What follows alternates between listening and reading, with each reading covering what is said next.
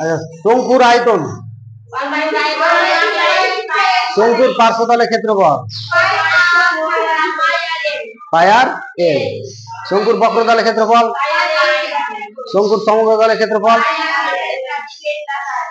পাই আর into L plus আর।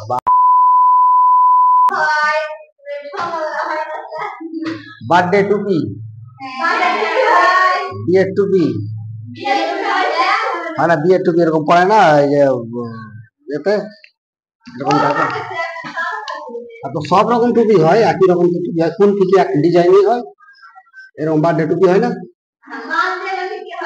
এরকম birthday টুপি হয়, এটা কেটে গেল মানে বিয়ের টুপি।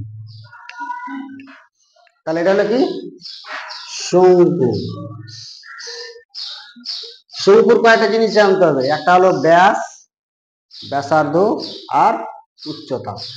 ব্যাসটা কোনটা, এই কেন্দ্র এইটুকু থেকে পুরোটা দাগ যেটা যাবে সেটা হলো কি ব্যাস। এবার এখান থেকে কেটে দিলাম, কারণ এখান থেকে কি হলো অর্ধেকটা ব্যাসার্ধ। এবার এটা হলো উচ্চতা, ব্যাসার্ধকে সবসময় আরই ধরবো, ব্যাসার্ধ কি করবো আর। উচ্চতা, যেটা উচ্চতা আছে উচ্চতাটাকে ধরলাম এইচ, হাইট উচ্চতা, বুঝা গেল। এবার এখানেও একটা উচ্চতা আছে না, যারা বলেন এটা হোক এটা হোক, এটাকে কি বলা হয় তির্যক উচ্চতা বলা হয়। কি উচ্চতা বলবো, কি উচ্চতা বলবো তির্যক উচ্চতা। তির্যক উচ্চতাকে এল দিয়ে চিহ্নিত করবো, ঠিক আছে এল। তাহলে ব্যাসার্ধকে কি দিয়ে চিহ্নিত করবো আর, উচ্চতা এইচ আর ব্যাসার্ধকে, ব্যাসার্ধ আর উচ্চতা এইচ আর তির্যক উচ্চতাকে এল দ্বারা, বুঝা গেল। এবার সেম ভাবে এরও আয়তন, মানে কতটা জল এতে রাখা যাবে বা কতটা কুলফি তৈরি করা যাবে মানে আয়তন।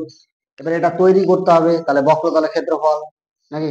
এবার এটা ঝাঁপনি সমেত, মানে নিচে যে একটা ঝাঁপনি আছে ঝাঁপনি সমেত তৈরি করব, নিচে এই যে এইটুকু তো গ্যাপ, ঝাঁপনি সমেত তৈরি করতে গেলে আমাদের কতটা আর ইয়ে লাগবে, তখন মানে কি টিন লাগবে, তখন আমরা কি বের করতে হবে সমগ্র তলের ক্ষেত্রফল। এই শঙ্কুর তাহলে এখন তল কয়টি, দুটি, একটা হলো বক্রতল একটা হলো সমতল। বক্রতল কোনটা চারো সাইডটা গোল করে যেটা আছে, সমতল হলো নিচেরটা, দুটা তল আছে, একটা এইভাবে রাখা যাবে আর একটা ফেলে রাখা যাবে, তাই তো। কয়টা তল থাকবে দুটা, একটা হলো বক্রতল একটা সমতল, ক্লিয়ার। তাহলে বক্রতল থাকবে আর একটা সমতল থাকবে। এবার আমরা যেহেতু চোঙ করেছিলাম না,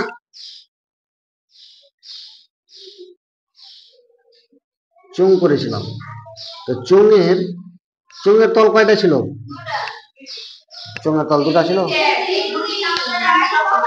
দুটি সমতল আর একটি বক্রতল, টোটাল তিনটা তল, তাই তো। এটা একটা সমতল এটা একটা সমতল, দুটা আর পুরোটা একটা সাইডটা গড়ছে যেটা, তাহলে এটা কি টোটাল তিনটা তল। এবার এখান থেকে এরই ধাপ, মানে এর একটা তল আছে এর একটা তল আছে, এর এই তলটা আছে এর তলটা চিপসে লেগে আছে একই রকম ভাবে, ঠিক আছে। তো আমাকে প্রথমে জানতে হবে শঙ্কুর পার্শ্বতলের ক্ষেত্রফল, শঙ্কুর পার্শ্বতলের ক্ষেত্রফল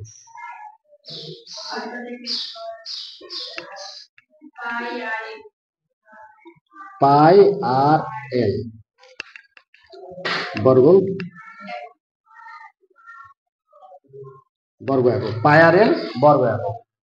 শঙ্কুর বক্রতলের ক্ষেত্রফল সেম একই, বক্রতলের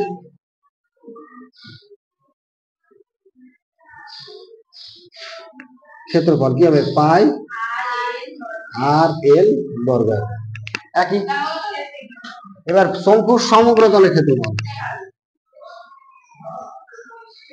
তলের ক্ষেত্রফল, সমগ্র তল বলতে পার্শ্বতল আর সমতল মিলিয়ে সমগ্র তল, পার্শ্বতল আর সমতল মিলিয়ে কি সমগ্র তল। তো পার্শ্বতলের ক্ষেত্রফল কি,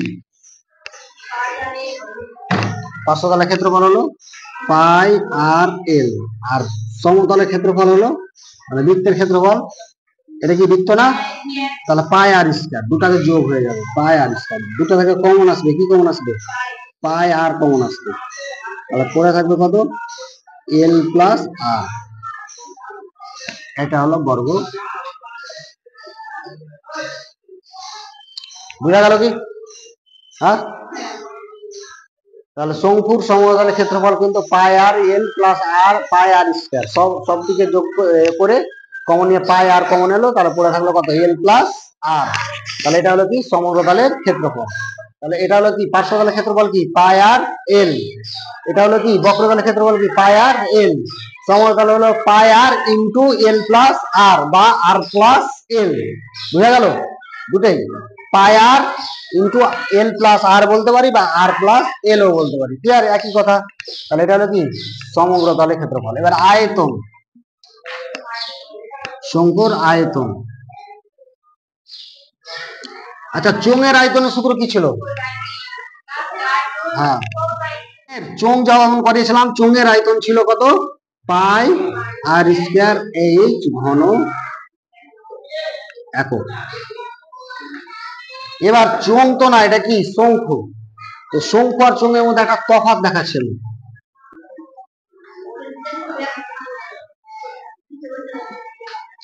শঙ্কু আর চোঙের মধ্যে একটা তফাৎ কি? এটা হলো কি চোঙ, এটা কি চোঙ, আর এটা হলো শঙ্কু। চোঙ আর শঙ্কু, এর ব্যাসার্ধ দৈর্ঘ্য যা আছে এর ব্যাসার্ধ দৈর্ঘ্য তাই আছে, এর ব্যাসার্ধ দৈর্ঘ্য যা আছে এর ব্যাসার্ধ দৈর্ঘ্য তাই আছে। মনে করলাম এর যদি 5 হয় তো এটাও 5, এটা যদি 6 হয় তাহলে এটাও 6। এর উচ্চতা যতটা আছে এর উচ্চতাও ততটাই আছে, ঠিক আছে? বুঝা গেল? এর উচ্চতা যতটা আছে এর নিচের উচ্চতাও ঠিক ততটাই আছে। এবার আমি এখন জল রাখবো, কুলফি তৈরি করবো, তো এখানে একটা কুলফি তৈরি করবো এখানে। এখানে যখন আমি একবার দিব জল এইটুকু ভরবে, হ্যালো? আর একবার যখন জল দিতে যাব এরকম মনে করছে লাইটটা, হ্যাঁ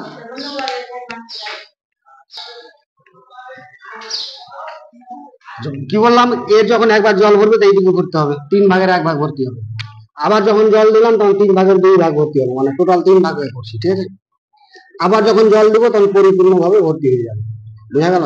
তাহলে কয়বার জল দিচ্ছি? 3 বার। তার মানে এর এটা কি এর আয়তনটা এই আয়তনের 3 ভাগের 1 ভাগ, কারণ 3 বার জল দিচ্ছি তো একবার ভর্তি হয়েছে নাকি? একবার ভর্তি হয়েছে। তো চোঙের আয়তন ছিল পাই আর স্কয়ার এইচ, এর আয়তন হবে 1/3 পাই আর স্কয়ার এইচ, 3 ভাগের 1 ভাগ পাই আর স্কয়ার এইচ। বুঝা গেল? তার মানে কি হলো আয়তন সূত্র হলো 1/3 পাই আর স্কয়ার এইচ ঘন একক। ক্লিয়ার? তাহলে একবার রিপিট হয়ে যাক, এখানে দাঁড়িয়ে যাই। চোঙের আয়তন,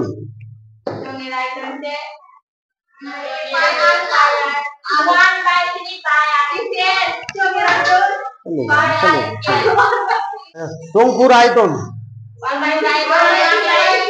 শঙ্কুর পার্শ্বতলের ক্ষেত্রফল পাই আর এল, শঙ্কুর বক্রতলের ক্ষেত্রফল, শঙ্কুর সমগ্রতলের ক্ষেত্রফল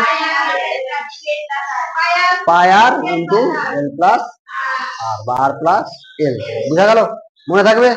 সূত্র মনে না থাকলে অঙ্ক ভুল হয়ে যাবে, কনফিউজ যেন না হয়। তাহলে সব সূত্রকে একসঙ্গে টুকে নিতে হবে, দিয়ে আবার একবার কি করতে হবে দেখে নিতে হবে, রিপিট। ক্লিয়ার? গোলক করিয়েছি, চোঙ, শঙ্কু,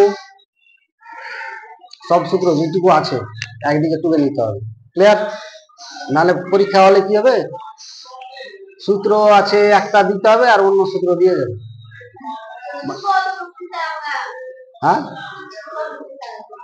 সূত্র অবশ্যই লিখতে হবে।